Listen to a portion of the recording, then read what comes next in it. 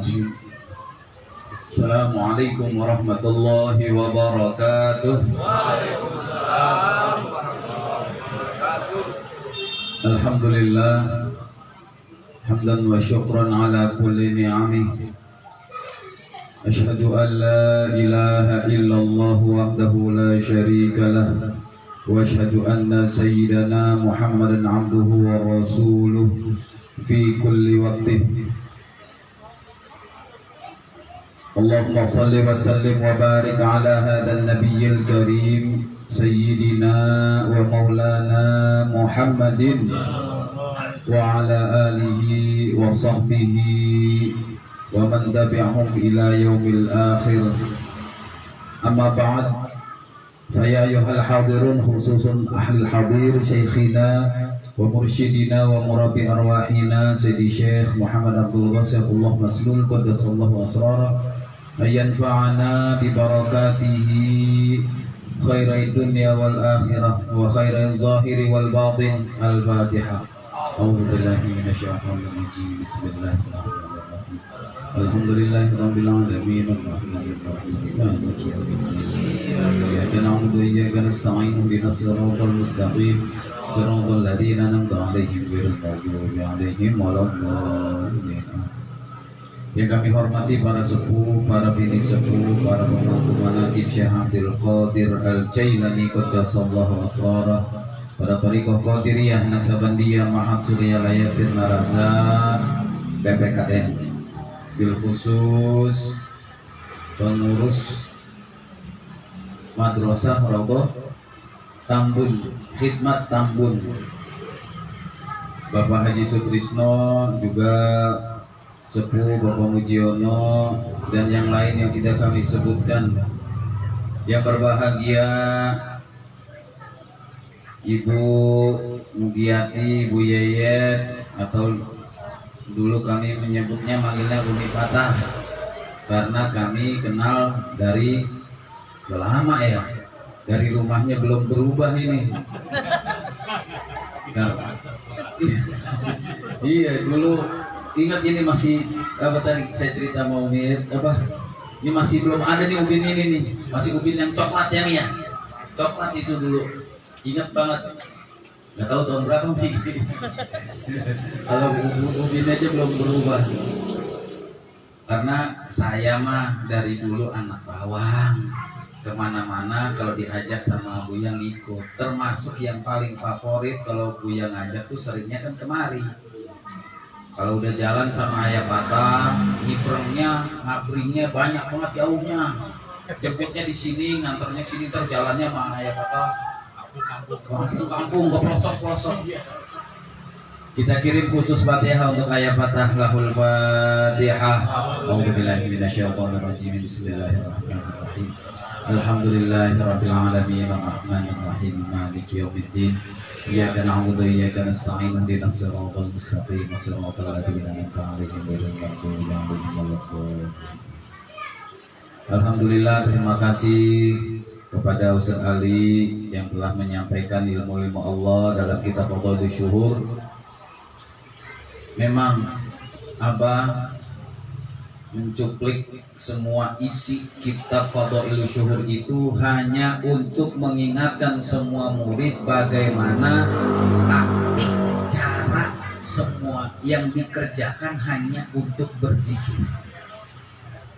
Jadi semua kehidupan kita ditaktikkan dalam kitab Fadhailus Syuhur itu adalah untuk berzikir. Mujahadatun nafsi tadi diartikan melawan nafsu. Sedangkan saya sering mengartikannya bukan melawan nafsu. Mujahadah artinya bersungguh-sungguh. Nafsu artinya diri sendiri. Berarti kita harus bersungguh-sungguh dalam melakukan apapun untuk urusan dunia ataupun akhirat. Makanya saya dari Abuya kalau dengar kemana-kemana itu selalu dengan sebut khairai dunya wal akhirat, kebaikan dunia akhirat. Jadi itu yang kita kejar. Kalau ada yang nanya bagusan mana akhirat sama dunia, nggak usah nanya. Gitu.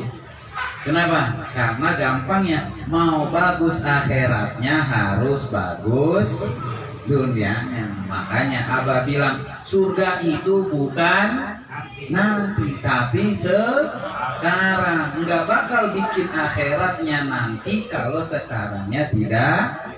Nah, makanya apa? Amman a'ta wattaqa wa saddaqa bil husna fasanu yasiruhu. Gitu aja. Kalau ada orang yang dikasih nanti catatannya dari sebelah kanan karena dia menjaga dalam kehidupan dunia, fasanu yasiruhu, nanti dia akan dimudahkan. Makanya mudah itu bukan mudah-mudah. Kenapa? Karena sudah diusahakan. Sama kayak orang kerja, ngarepinnya apa kalau kerja? Gajian. Kalau biar gajian kerjanya harus sungguhan, nggak boleh kerjanya main-main, bahaya. Makanya ada yang di kitab sama Abah, dikutip oleh Abah kalimat dari tadi saya penasaran dengan kalimat radhiyallahu anhum wa radu an. Allah senang kepada mereka dan mereka senang kepada Allah.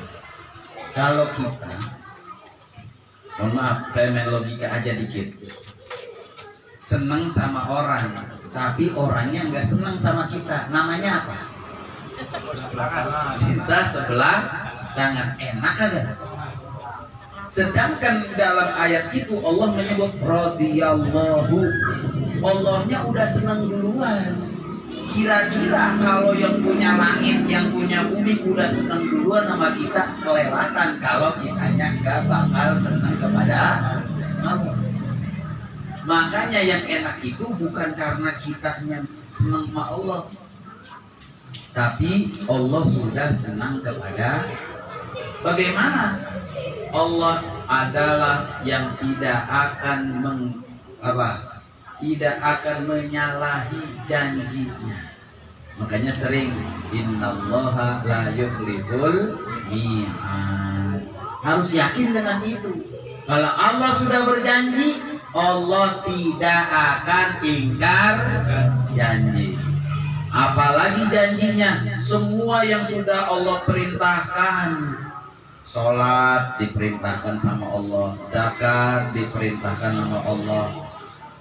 Apalagi puasa diperintahkan oleh Allah, haji diperintahkan oleh Allah, disuruh Islam diperintah oleh Allah, disuruh beriman diperintah oleh Allah, dan setiap apapun yang Allah perintahkan pasti ada ganjaran. Dan ketika Allah menyebut ada ganjarannya, nggak bakal meleset.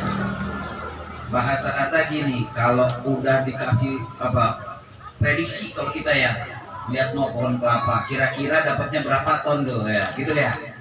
Atau pohon jambu, kira-kira dapat berapa karung atau berapa kilo. Kalau kita yang di bawah manusia bisa jadi prediksi kita meleset.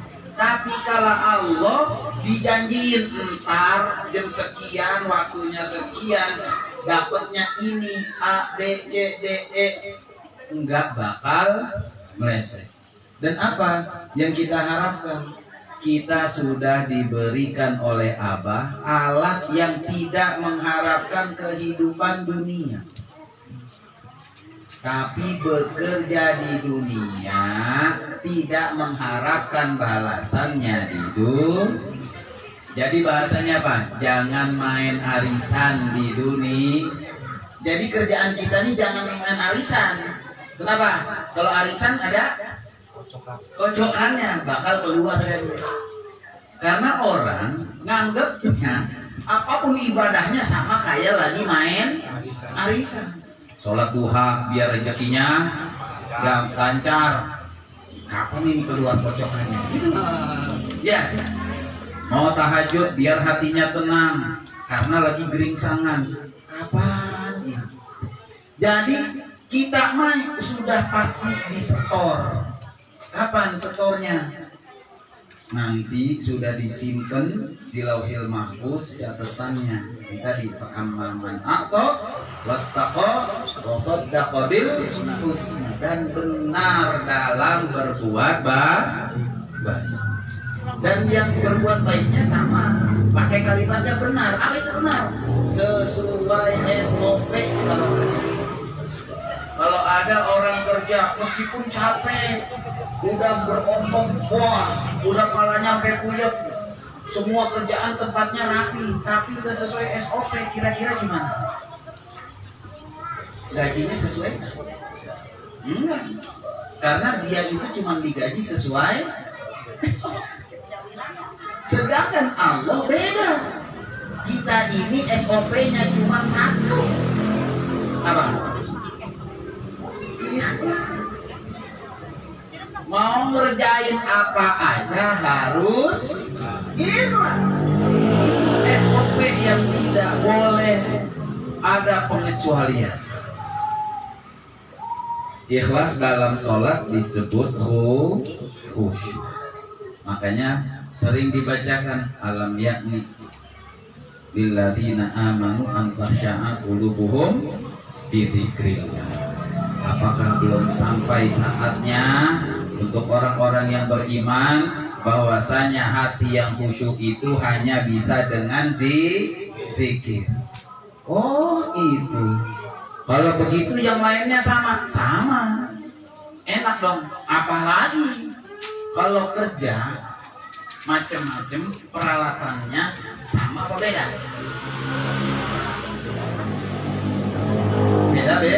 Beda. Yang kerjanya di sawah sama yang kerjanya di pabrik sama beda. Tapi kita dikasih alat yang ketika mau ngerjain apa aja, SOP untuk ikhlasnya sama. Mana ini? Makanya nggak ada tedeng aling-aling lagi. Paling enak, paling cepet, paling utama. Nggak tedeng aling-aling. Kalau kita mau bahasanya udah jatuh hujan emasnya 24 karat. Lagi emasnya 24 karat, nominalnya 100%. Emas kalau 100% apa? Cair. Makanya meskipun hujan emas, kalau cair sakit kagak? Ya sama kayak hujan kena air gitu. Tapi kalau 99,99 gitu. Jadi kita mah udah jatuh kejatuhan emasnya 100%. Mana itu? Talqin. Makanya pintu untuk semua yang tadi sudah disebutkan oleh Ustaz Ali adalah hanya dengan diberikan, kalau kata Abah tadi apa? Serah terima kunci surga. Talqin itu kenapa? Karena kalimat la ilaha illallah adalah miftahul jannah. Orang punya rumah bagus, gede, tapi dikunci, kuncinya hilang, bisa masuk gitu. Kemarin saya ada yang nanya, bener ini gimana ya kalau ada orang bagus, hebat, amalannya, dunianya bagus, bermanfaat, dikasih contoh apa? Yang menciptakan lampu tuh, tapi kan dia kan nggak Islam, dia kan manfaat buat orang banyak ya. Bagaimana ceritanya? Berarti dia sebenarnya sama Allah udah disiapin surganya gitu, karena dia hidupnya bermanfaat. Khairun nas anfa'uhum linnas. Manfaatnya kurang apa coba? Coba kalau dihitung dari awal lampu itu diciptakan sampai sekarang, lampunya dipakai buat manakib. Meskipun ada juga yang lampunya dipakai di tempat remang, tapi tetap manfaat dihitung. Tapi ketika dia sudah punya istana yang bagus di surga, nggak punya kunci, kira-kira kemana mau datang? Lapor. Malaikat punya kuncinya, yang punya cuma Jibril. Kenapa? Karena Jibril adalah ahli silah kedua. Itu pun diberikannya hanya kepada Rasulullah. Dan nanti kalaupun ada, misalkan si penemu listrik ini, si penemu lampu ini datang ketemu sama Rasul, gara-gara elu umatku manakiban pakai lampu, kagak gelap-gelapan. Itu tergantung syafaat Rasulullah. Makanya manakib ini adalah paket lengkap. Udah talqinnya paling mudah, paling cepat, paling enak. Manakibnya juga amalan yang paling enak. Ada makanannya enak, duduknya juga bebas mau di mana aja, nggak kayak orang berdiri di setrap. Ya kan, kerja yang enak duduk bukan berdiri, yang ada duduknya sama. Ditambah lagi apa? Dikerjakannya manakib setelah sholat, ada zikirnya, amalan yang paling bagus, ucapan kalimat yang paling bagus. Waduh, makanya bahasanya apa? Dari Aba Anom disebut torikoh kita adalah ketika torikoh lain sudah sampai puncak, torikoh kita mah baru sampai basah baru sampai bawahnya doang becekan. Orang lain tuh kalau bahasanya apa? Toriko dia udah paling mantep tuh di toriko itu. Di toriko kita mah dia baru ujung kaki. Kenapa? Kita dikasih yang paling utama, paling mudah, paling terima. Makanya kalau ada orang yang nggak mau, nggak tahu, ya jangan paksa. Kenapa? Karena sudah dikasih tahu oleh Allah, la ikraha fiddin. Jangan suka maksa-maksa, karena tidak ada paksaan dalam urusan agama. Tetapi beda apa orang yang waktunya sholat nggak sholat, itu mah bukan maksa namanya. Sama kayak orang udah daftar kerja, mesti datang jam 7. Dia datangnya telat, kira-kira diapain? SP. Makanya orang yang kagak kerja mah masa kita omelin? Yang diomelin orang yang sudah tanda tangan kontrak kerja. Yang kerjaannya itu sesuai. Ini mah orang kerja aja belum, jangan diomelin. Makanya yang boleh dipaksa adalah orang yang sudah talqin. Gimana maksanya? Bilangin doang. Jangan lupa, karena kita dikasih ayat untuk zikir ini. Wazkur rabbaka fi nafsika tadarruan wa khifatan wa dunal jahri minal qawli bil ghudwi wal asal wa la takum minal ghafilin. Jangan jadi orang lupa. Gitu ngomongnya. Jadi cuma bilang jangan sampai lu maksa mah jangan. Tapi ngomongnya wala takun gitu, dan janganlah jadi gitu, jangan jadi orang lupa. Jadi kita mah kagak maksa. Kalau ada orang yang lagi males manakib, jangan diomelin. Kenapa? Bukan maksa.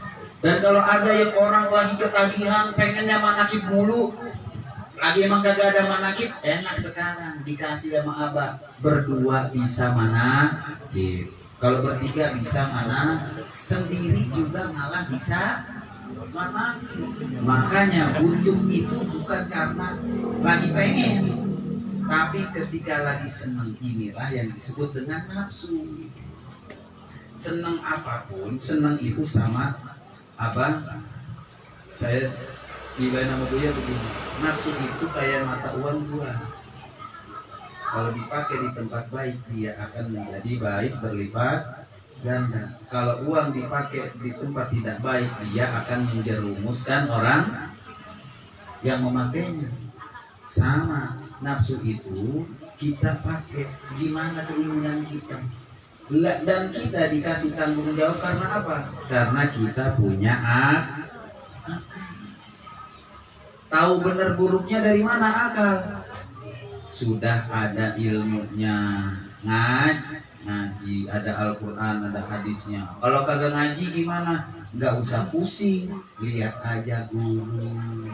Kalau kita kagak tahu nanya aja, mau begini-begini, abah kalau mau begini gimana ya? Gitu. Gampang. Nanyanya sama siapa?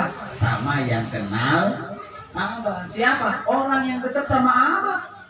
Jadi kita tuh penting dekat sama orang yang sudah deket. Makanya di bulan apa kemarin Zulqa'dah tentang kebahagiaan, tidak akan bahagia kecuali berkumpul bersama dengan orang yang sudah merasakan bahagia. Mau sukses harus berkumpul dengan orang yang sudah sukses. Kalau mau ngikutin orang yang sukses, kita ngikutin minimal kalau nggak tahu nanya sama yang deket sama orang sukses.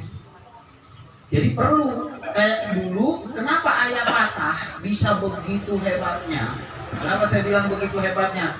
Karena saya dikit-dikit nih kalau lagi nyopirin Buya, telepon itu sekalinya jalan berangkat itu 2 kali telepon. Ada yang talkin, lu jangan berisik. Lagi nyetirin, ada yang dulu masih di belakang.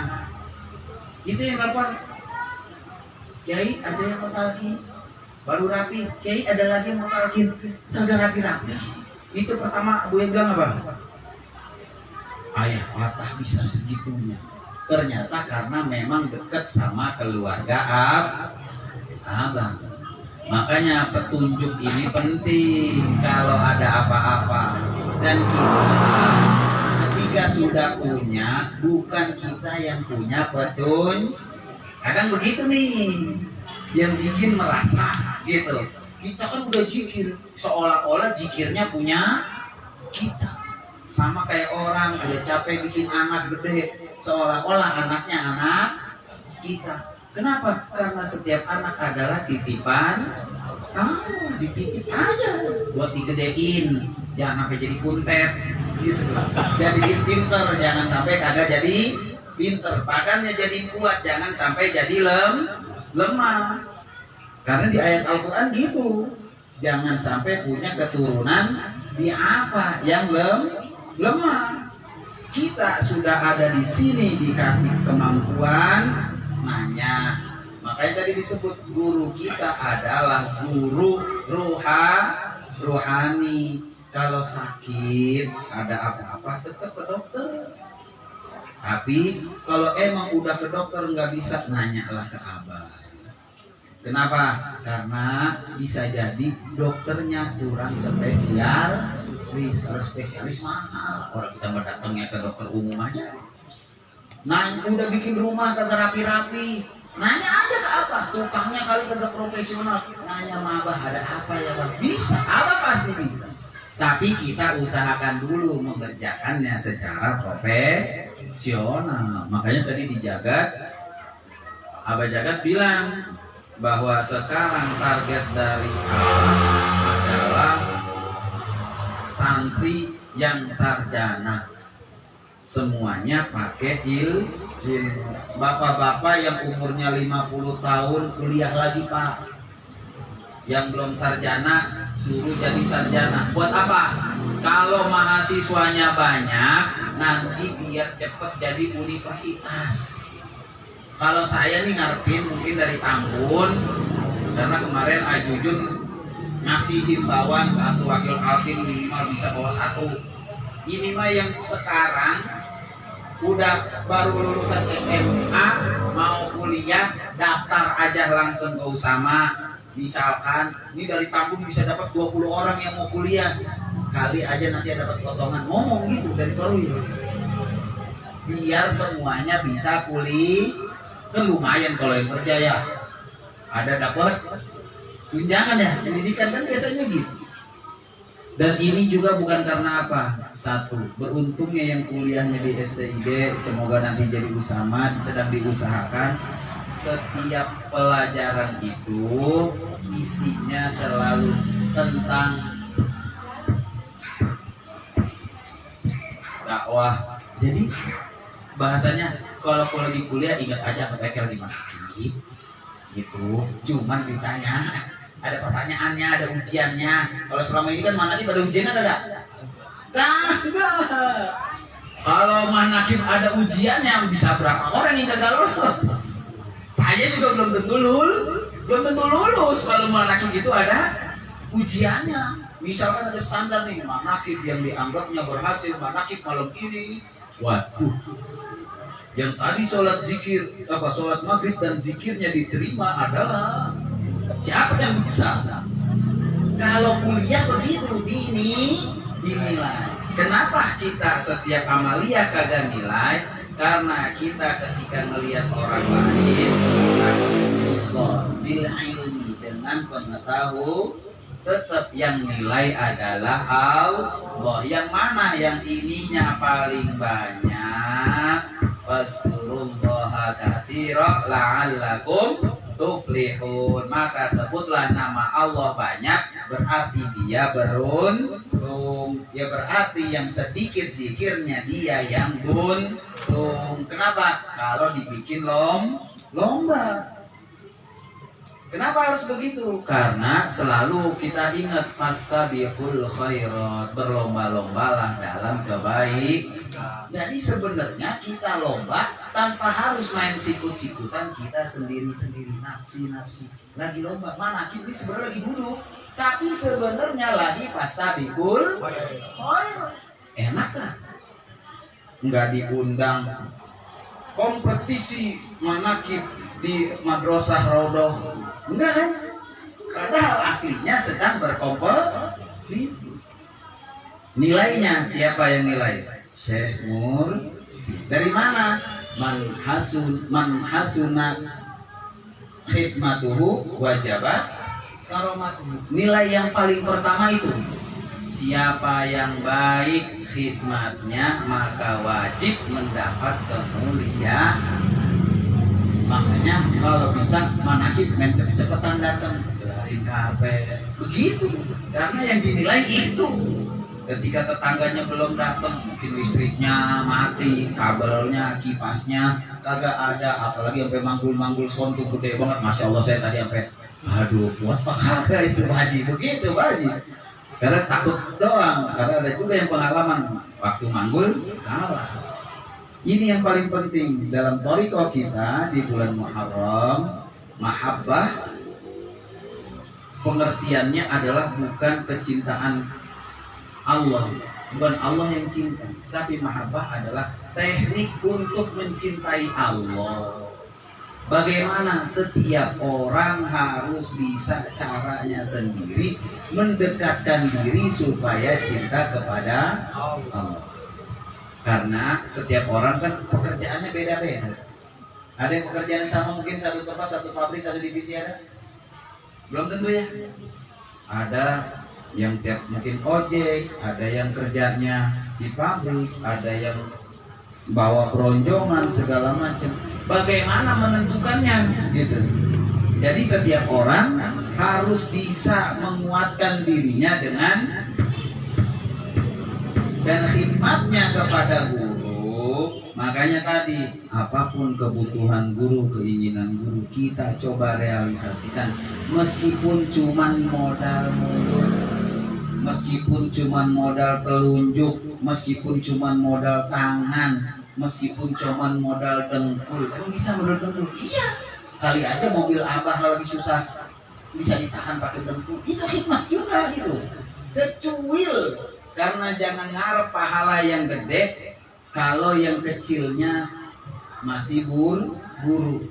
Takutnya nilainya gede, banyak nilai yang buruk-buruknya, yang gedenya jadi ikut buruk. Kenapa? Udah punya zikir jadi sombong, merasa zikir ini milik kita. Padahal zikir ini adalah pembuktian cinta. Yang tadi, biar jangan sebelah tangan. Inilah sudah manusia paling berbahagia adalah orang yang sudah mendapat al-ilm. Semoga berkah segalanya selamanya semuanya. Hadanallahu wa iyyakum ajmain. Wallahul muwaffiq ila aqwamit thoriq.